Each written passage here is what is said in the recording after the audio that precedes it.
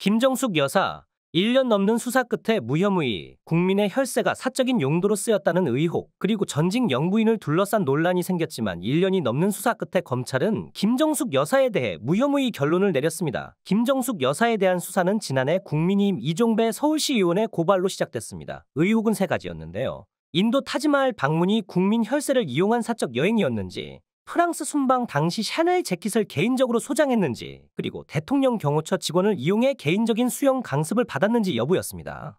오늘 검찰의 결론은 명확했습니다. 혐의 없음. 검찰은 인도 방문이 인도 정부의 제안으로 이루어진 공식 일정이며 관련 예산도 적법한 절차를 거쳐 집행됐다고 판단했습니다. 또한 프랑스 순방 당시 샤넬 재킷은 무상대여 후 반납된 것으로 확인됐고 개인 소장은 없었던 것으로 결론지었습니다. 검찰 관계자는 김 여사가 입었던 샤넬 재킷은 시제품이었고 실제 기증된 재킷은 샤넬 측에서 별도로 제작해 기증한 것입니다. 특수활동비 사용 등의 정황도 확인되지 않았다라며 김정숙 여사의 무혐의 결론을 설명했습니다. 더불어민주당은 무리한 정치 공세였다며 검찰의 결정을 환영했고 국민의힘에서는 검찰의 판단을 비판하며 의혹이 완전히 해소되지 않았다고 주장하고 있습니다. 2만 원짜리 브로치를 명품이라고 그렇게 생쇼를 해대놓고 김건희 디올백은 무죄라던 인간들이니 그렇다 치고 그나저나 배현진 씨, 이제 공수교대야 잘 준비하시라고요.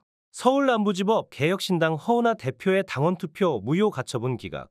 지난해 12월 개혁신당 내부에서 시작된 갈등의 불씨가 결국 법적 공방으로 번졌습니다. 허은하 대표가 정책위의장을 해임한 것이 발단이 됐고 이후 허은하 대표에 대한 당원 소환 투표가 진행되면서 양측의 대립은 극으로 치달았습니다. 허 대표 측은 이주영 정책위 의장을 해임한 상태에서 열린 최고위원 회의가 정족수 미달로 무효이며 절차적 하자가 있었다고 주장했습니다. 또한 당원 소환 투표의 정당성을 문제 삼으며 법원에 가처분 신청을 냈습니다. 하지만 재판부는 허 대표가 단독으로 정책위의장을 임명한 것은 당원 위반이며 따라서 기존 정책위의장이 여전히 직위에 있었다고 보았습니다. 최고위의 결의 역시 실체적으로나 절차적으로 유효하다고 판단했고 당원 소환 투표 결과 역시 정당성을 인정받았습니다. 결국 재판부는 허 대표의 주장을 받아들이지 않았고 이로써 그녀의 당대표직 상실은 확정적인 상황이 되었습니다. 천하람 원내대표는 당원들의 민주적 의사를 존중한 법원의 판단에 감사드립니다. 이번 결정을 계기로 개혁신당은 상처를 치유하고 통합을 이뤄나가야 합니다. 라고 말했지만